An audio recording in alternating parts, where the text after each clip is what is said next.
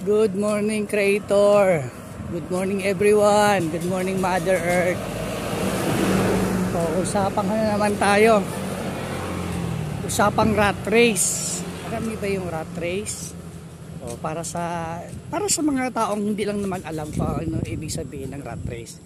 Siyempre, yung mga nakakaintindi nito, okay na. Ito isa hindi lang.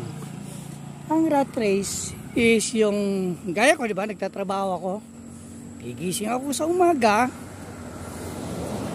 kakape o ano man, preparation, and then maliligo, bihis, pasok sa trabaho, then ayun na, trabaho na. Pagkatapos tanghalian,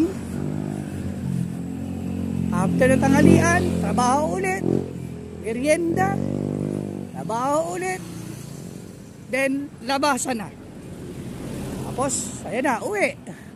Pagka uwi, kung may kasambahay ka or may pamilya ka na nakapag-ready na ng kakainin mo, ayan na, ready to eat ka din. Minsan pag wala ka pang kasama-sabay, kagaya ko na kanya-kanya kaming minsan kumain. Hala, sige, ako na rin mag-prepare para kumain. Then dahil pagod ka na sa trabaho, matutulog. Pagkagising mo, ayun na ulit, uulitin mo yung ginagawa mo sa araw-araw. So ang dating, nakakaramdam ka ng boring, di ba? So, yun yung tinatawag na rat race. So napaka-boring ng buhay na ganun. Alam mo yun, hindi mo pwedeng ipagkaila yun na hindi mo boring buhay ko eh. Kala mo lang yun. Dahil nakakasawa talaga, paulit-ulit, di ba? Nakasanayan na natin yung ganun eh.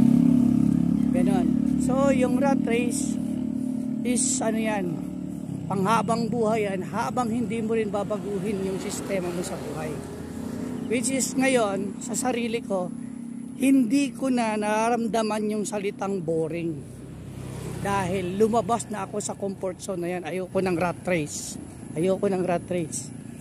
Lumabas na ako dyan. So ganoon lang po yung sistema ng rat race.